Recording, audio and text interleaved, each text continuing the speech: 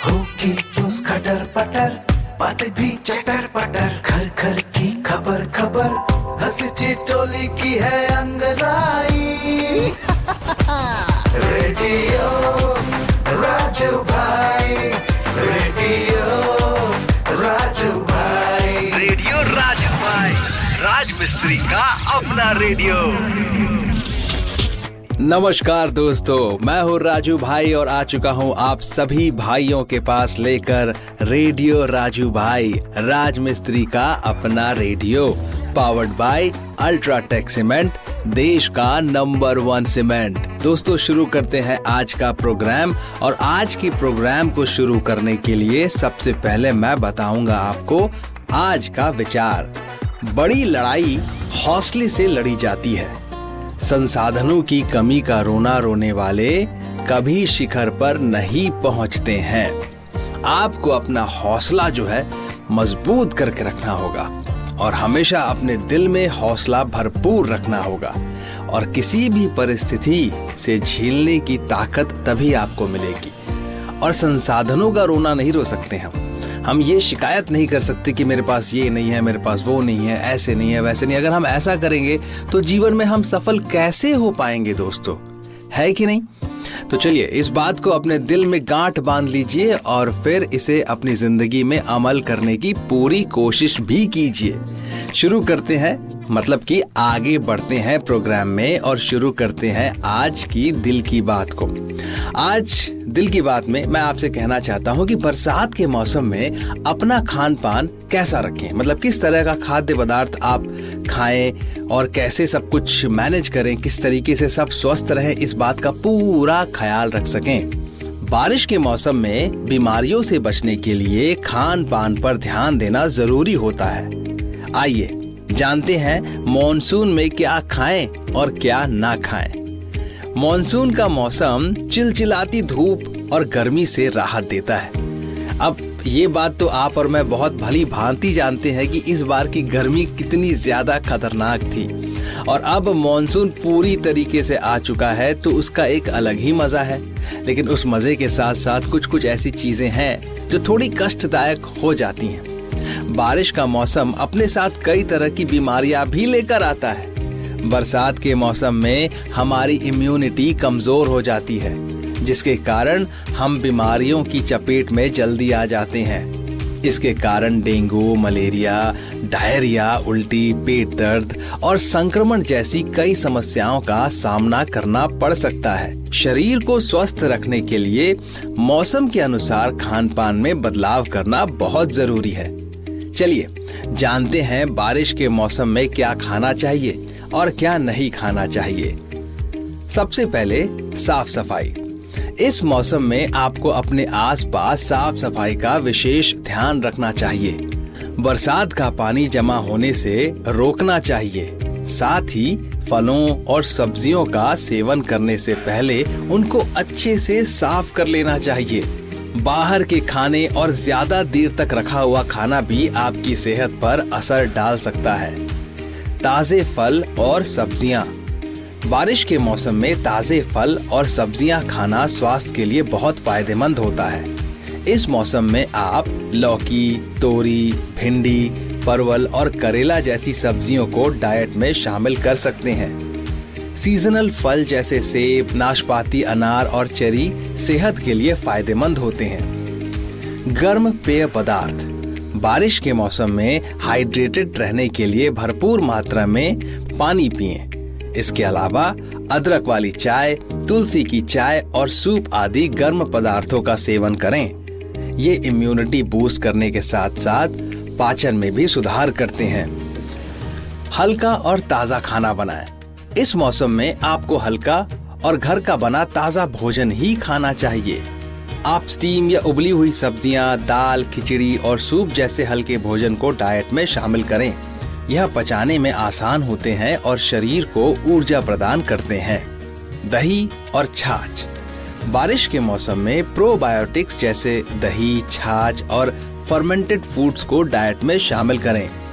ये gut health के लिए फायदेमंद होते हैं और इम्यून सिस्टम को मजबूत बनाने में मदद करते हैं। बारिश के मौसम में क्या ना खाएं? इस मौसम में समोसा, पकौड़ी और चिप्स जैसे तले हुए खाद्य पदार्थों का सेवन करने से परहेज करना चाहिए। यह पाचन तंत्र को बिगाड़ सकते हैं और कई समस्याओं का कारण बन सकते हैं। बारिश के मौसम में सड़क के किनारे बिकने वाले तले हुए खाद्य पदार्थ, पहले से कटे हुए फल और जूस का सेवन नहीं करना चाहिए। इनमें जल जनित बीमारियों का खतरा अधिक होता है। इस मौसम में कच्चा सलाद या कच्ची सब्जियां खाने से बचें। बैक्टीरिया और अन्य सूक्ष्म जीवों का खतरा अधिक होता है। बारिश के मौसम में मछली और अन्य सी फूड को खाने से बचें, क्योंकि संक्रमित होने की संभावना बढ़ जाती है। दोस्तों, बारिश के मौसम का आनंद तो हम सभी लेना चाहते हैं। कुछ लोग घर के अंदर रह के लेते हैं और कुछ लोग घर के बाहर। लेकिन चाहे आप किसी भी तरीके से बारिश का आनंद ले रहे हों, बस अपने स्वास्थ्य का भरपूर ख्याल रखें, क्योंकि स्वस्थ रहना ही जीवन का असली मतलब होता है। दोस्तों, आगे बढ़ते हैं मेरे प्यारे राजमिस्त्री भाइयों। शो में अब मैं आपको बताने वाला हूँ, मतलब सुनाने वाला हूँ एक कहानी।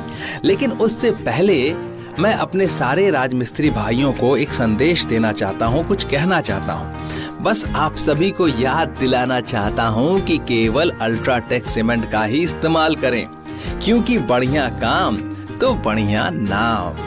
अब आगे बढ़ते हैं और अकबर बीरबल की कहानी सुनते हैं। वो क्या है ना कि अकबर बीरबल की कहानी हम सब ने अपने दादाजी, दादी जी, पिता माता के मुंह से बचपन में सुनी है और उन्हें सुन सुनकर हम लोगों ने अपनी रातों को बिताया है। मतलब कि सुनने के बाद सो जाते थे और नींद अच्छी आती थी और मजा आता था ये देखकर कि बीरबल जो है वो कैसे अपनी बुद्धिमानी चतुराई से किसी भी समस्या का हल निकाल लेता है। तो शुरू करते हैं आज की कहानी, जिसका नाम है मोम का शेर। सालों पहले की बात है, जब राजा एक दूसरे को पैगाम के साथ ही कुछ पहेलियां भी भेजा करते थे। ऐसे ही किसी एक राजा का दूत सर्दियों के मौसम में एक दिन मुगल साम्राज्य के बादशाह अकबर के दरबार में पहुंचा। वह अपने साथ पहेली के रूप में पिंजरे में कैद एक नकली शेर लेकर आया था। राजा ने पहेली के साथ एक पैगाम भी भेजा था। पैगाम में लिखा था कि क्या मुगल राज्य में कोई ऐसा बुद्धिमान है जो पिंजरे और शेर को छुए बिना शेर को बाहर निकाल सके। अब मुगल सम्राट अकबर सोच में पड़ गए कि आखिर शेर और पिंजरे को हाथ लगाए बिना भला शेर को कैसे बाहर निकाला जा सकता है। पहेली के साथ भेजे गए पैगाम में यह भी साफ लिखा था कि पिंजरे से शेर को बाहर निकालने के लिए एक व्यक्ति को एक ही बार मौका मिलेगा। अकबर काफी परेशान हो गए। उन्हें लगा कि यह तो बहुत ही मुश्किल है और अगर शेर को पिंजरे से बाहर नहीं निकाल पाए तो मुगल राज्य की काफी बदनामी भी होगी। यह सब सोचते सोचते उन्होंने दरबार में मौजूद सभी की तरफ देखते हुए पूछा, है कोई जो इस पहेली को सुलझा सके? लेकिन हर कोई इसी सोच में डूबा था कि आखिर यह संभव कैसे हो सकता है। अकबर के पूछने पर जब किसी ने जवाब नहीं दिया तो उन्हें अपने वजीर बीरबल की याद आने लगी, जो सभा में मौजूद नहीं थे। उन्होंने तुरंत दरबान को भेजकर बीरबल को दरबार में हाजिर होने का आदेश भिजवाया। लेकिन अफसोस, बीरबल किसी सरकारी काम से राज्य के बाहर गए हुए थे। रात भर अकबर इसी सोच में डूबे रहे कि आखिर पहेली को कैसे सुलझाया जाए। दूसरे दिन फिर दरबार लगा, लेकिन बीरबल की कुर्सी खाली देखकर अकबर उदास हो गए। बादशाह ने एक बार फिर दरबारियों से पूछा, क्या किसी के पास इस शेर को पिंजरे से बाहर निकालने की कोई तरकीब है? इतने में एक दरबान अकबर के सामने आया और उसने शेर को पिंजरे से निकालने की कोशिश की, लेकिन वो नाकामयाब रहा। दूसरे दरबान ने पहेली को सुलझाने के लिए एक जादूगर को बुलाया, लेकिन वो भी विफल रहा। कोशिश करते करते शाम होने को आई, तभी बीरबल दरबार में पहुंच गए। अकबर को परेशान देखकर बीरबल ने पूछा, क्या बात है सम्राट, आप इतने परेशान क्यों हैं? बादशाह ने तुरंत शेर से जुड़ी पहेली के बारे में बीरबल को सब कुछ बताया। अकबर ने बीरबल से पूछा, क्या तुम इस शेर को पिंजरे से बाहर निकाल सकते हो? बीरबल ने कहा, हाँ, मैं कोशिश कर सकता हूँ। अकबर बहुत खुश हुए, क्योंकि मुगल साम्राज्य में बीरबल के जैसा बुद्धिमान और चतुर दूसरा कोई न था। शेर को पिंजरे से बाहर निकालने के लिए बीरबल ने अकबर से कहा, कि उन्हें 2 सुलगती हुई लोहे की छड़ व सरिये की आवश्यकता है। शाहजहां ने तुरंत इसकी व्यवस्था करने को कहा। जैसे ही बीरबल को लोहे की छड़ मिली तो उन्होंने पिंजरे को छुए बिना छड़ को अंदर पहुंचाकर उसे नकली शेर पर रख दिया। शेर लोहे की गर्म छड़ के स्पर्श में आते ही पिघलने लग गया, क्योंकि वो मोम का शेर था। देखते ही देखते पूरा शेर मोम के रूप में पिंजरे से बाहर निकल गया। बीरबल की इस अक्लमंदी पर अकबर बहुत प्रसन्न हुए। उन्होंने बीरबल से पूछा, अरे आखिर तुम्हें कैसे पता चला कि पिंजरे के अंदर मोम का शेर कैद है? बीरबल ने बड़ी ही नम्रता से जवाब दिया, हजूर, बस शेर को गौर से देखने की जरूरत थी। मैंने जब पहेली के बारे में जानने के बाद उसे गौर से देखा तो लगा कि यह मोम का शेर हो सकता है। साथ ही राजा ने यह भी नहीं बताया था कि शेर को कैसे बाहर निकालना है, तो मैंने उसे पिघलाकर बाहर निकाल दिया। इधर दरबार में बीरबल की जय जयकार होने लगी। उधर पहेली लेकर अकबर के दरबार पहुंचा राजदूत अपने राज्य वापस लौट गया और बीरबल के इस कारनामे के बारे में राजा को बताया। कहा जाता है कि उस दिन के बाद से राजा ने ऐसी पहेली भेजना छोड़ दिया था।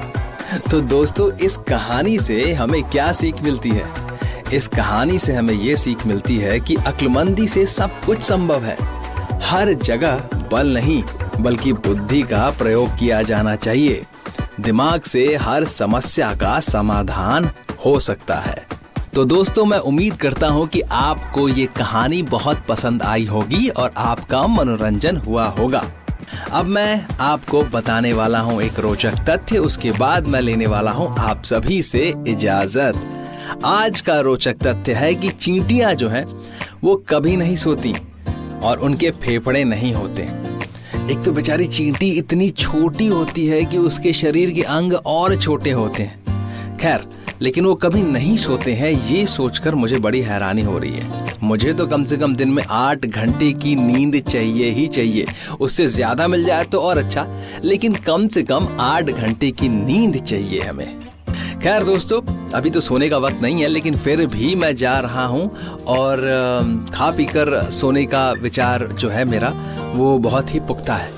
खैर, आप अपना ख्याल रखें। हम मिलेंगे कल फिर एक नए प्रोग्राम में नई बातचीत के सिलसिले के साथ। शुक्रिया दोस्तों। रेडियो राजू भाई, रेडियो राजू भाई, रेडियो राजू भाई, राज मिस्त्री का अपना रेडियो।